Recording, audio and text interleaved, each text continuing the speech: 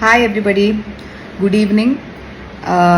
നിങ്ങളിൽ ഒരുവിധം എല്ലാവരും ന്യൂസിൽ നടക്കുന്ന എൻ്റെ അഗൻസ്റ്റുള്ള ആരോപണങ്ങളും എല്ലാം കാണുന്നുണ്ടെന്ന് വിശ്വസിക്കുന്നു. ഇൻ കേസ് അത് അറിഞ്ഞിട്ടില്ലാത്തവർക്ക് വേണ്ടി ഞാൻ ചെറുതായിട്ടൊന്ന് ബ്രീഫ് ചെയ്യാനാണ് ഞാൻ ഇവിടെ വന്നിരിക്കുന്നത്. പ്ലസ് വേറൊരു ഇൻഫർമേഷനും കൂടെ പാസ് ഓൺ ചെയ്യാനാണ്. എൻ്റെ ഒബയോസി സ്ഥാപനത്തിൽ കഴിഞ്ഞ ഒരു വർഷമായിട്ട് അവിടെ വർക്ക് ചെയ്തിരുന്ന 3 കുട്ടികൾ, വിനിത, ദിവ്യ, രാധു, ഈ 3 പേരും അവിടെ ക്രിമിനൽ ആക്ടിവിറ്റീസ് നടത്തുന്നുണ്ടായിരുന്നു. QR കോഡ് വഴി പണം തട്ടിയെടുക്കുന്നുണ്ടായിരുന്നു. അപ്പോൾ അത് നമ്മൾ കണ്ടുപിടിച്ചതിന് ശേഷമുള്ള ഇഷ്യൂസാണ് ഇപ്പോൾ നടന്നുകൊണ്ടിരിക്കുന്നത്. നമ്മൾ കേസ് കൊടുത്തു, അവർ കൗണ്ടർ കേസ് കൊടുത്തു. സോ അത് പോയിക്കൊണ്ടിരിക്കുന്നു. അപ്പോൾ ഞാനിത് കണ്ടുപിടിച്ച ദിവസം രാത്രി ഞാൻ ഒരു സ്റ്റോറി ഇട്ടിട്ടുണ്ടായിരുന്നു, ആസ്കിങ് ഫോർ ഹെൽപ്പ്. ഇതുപോലെ ആരെങ്കിലും ഇവരുടെ പേഴ്സണൽ അക്കൗണ്ടിലോട്ട് ഇവർ ചെയ്യാൻ നിങ്ങളെ ഫോഴ്സ് ചെയ്തിട്ടുണ്ടെങ്കിൽ അത് എന്നെ അറിയിക്കണം എന്ന് പറഞ്ഞ് റിക്വസ്റ്റ് ചെയ്തുകൊണ്ട് ഞാനൊരു സ്റ്റോറി ഇട്ടിരുന്നു. അതിന്റെ പിന്നാലെ ഒത്തിരി പേരുടെ ഇപ്പോഴും കിട്ടിക്കൊണ്ടിരിക്കുന്നു. ഈവൻ ടുഡേ എനിക്ക് കിട്ടിക്കൊണ്ടിരിക്കുന്നു. ഒത്തിരി പേരുടെ മെസ്സേജ് വന്നിട്ടുണ്ടായിരുന്നു. അവരിതുപോലെ നമ്മുടെ നിന്ന് ക്യാഷ് ഇൻസിസ്റ്റ് ചെയ്തു, ഇവരുടെ അക്കൗണ്ടിലോട്ട് അയക്കാൻ പറഞ്ഞു. ഇതുപോലെ ഒത്തിരി കംപ്ലയിൻസ് വന്നിട്ടുണ്ടായിരുന്നു.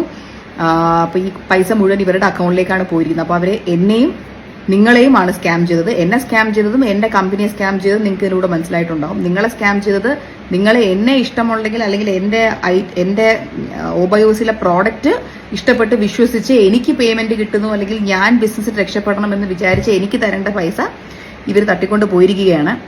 അപ്പോൾ ഞാൻ നിങ്ങളുടെ എല്ലാവരെയും ഞാൻ റിക്വസ്റ്റ് ചെയ്യുകയാണ്. ഞാനൊരു മെയിൽ ഐ ഡിയും ഈ ഒരു പോസ്റ്റിന്റെ അടിയിൽ ഇടുന്നുണ്ട്.